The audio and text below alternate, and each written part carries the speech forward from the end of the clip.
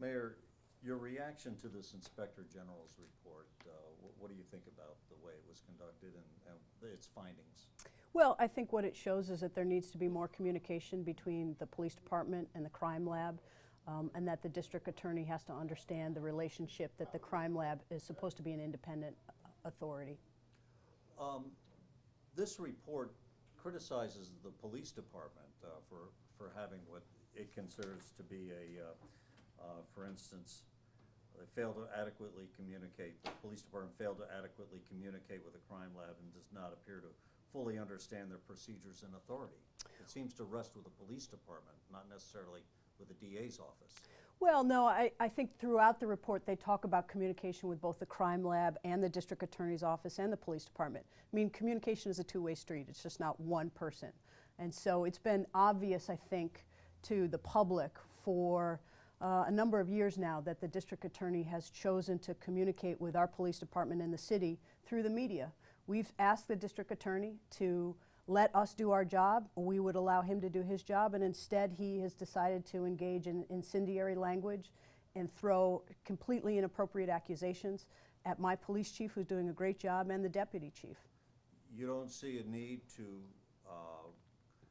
ask the police chief to take some of the actions as regards, or what is your reaction to the recommendation that the department basically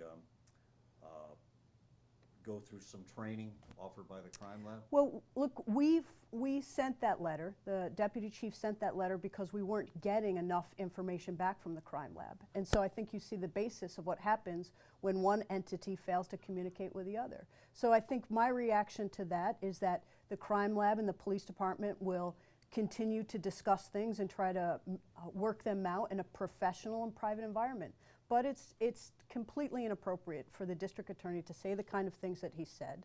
They were not completely exonerated, just the opposite, that they have to step away from the crime lab. Instead, the district attorney has used this as another cudgel to hit the police chief over the head. And after a while, I think the public has started to say, at what point does the district attorney focus on doing his job and let the police department do their job?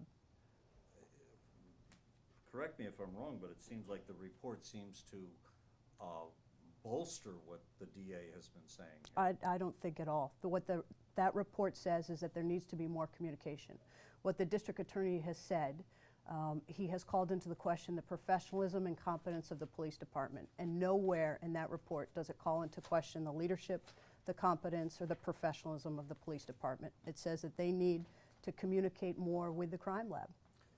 I'll read from the findings. It says here, the Syracuse Police Department's disagreements with the District Attorney's Office clearly demonstrates the Syracuse Police's lack of understanding of the District Attorney's jurisdiction, authority, and ultimate responsibility for overseeing evidentiary issues and prosecuting cases. However, such disagreements are beyond the scope of the Inspector General's jurisdiction. So how can you say that it seems to rest with the DA's office when it appears that... Because just what that last line said is, I think, is the telling line. It's beyond the scope of this report. So what that says to me, along with the rest of the report, along with the rest of the reports and information that the district attorney has thrown our way, is that the district attorney has chosen to have a personal issue with the police chief and the city of Syracuse, and instead of focusing on his professional responsibility, he has chosen to use his role as a district attorney to throw accusations at the police chief and the deputy police chief. And what this report says is that those accusations have made it difficult for the crime lab and the police department to communicate or to understand the roles. So we're going to communicate more. We're going to continue to do what we have been doing, which is our job and enforcing the laws in the city of Syracuse, and hope that the district attorney engages in a professional atmosphere and professional conversations with our police chief. Will you direct the police department to undergo the kind of training that's recommended in this report with the crime lab? We do training all the time with the crime lab. We have done it in the past. We'll continue to do it in the future. Overall, though, we have this back and forth that's been going on. Some feel it is eroding the confidence in law enforcement, not only in Syracuse but with Onondaga County. What can be done to overcome that?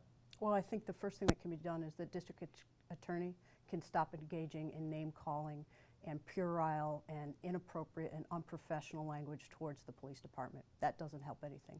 You'll notice that our police chief and our deputy police chief has not engaged in those kind of tactics. We will not do that. We will continue to do our job, and we hope that the district attorney will engage in professional language and professional behavior, which heretofore he has not done. You stand by your police department? I think our police department is doing an extraordinarily good job. I am very happy with Frank Fowler, very happy with Chief Broughton. It is unfortunate that the district attorney has chosen to use a public vehicle to air his personal issues with the police chief. Thank you. Thank you.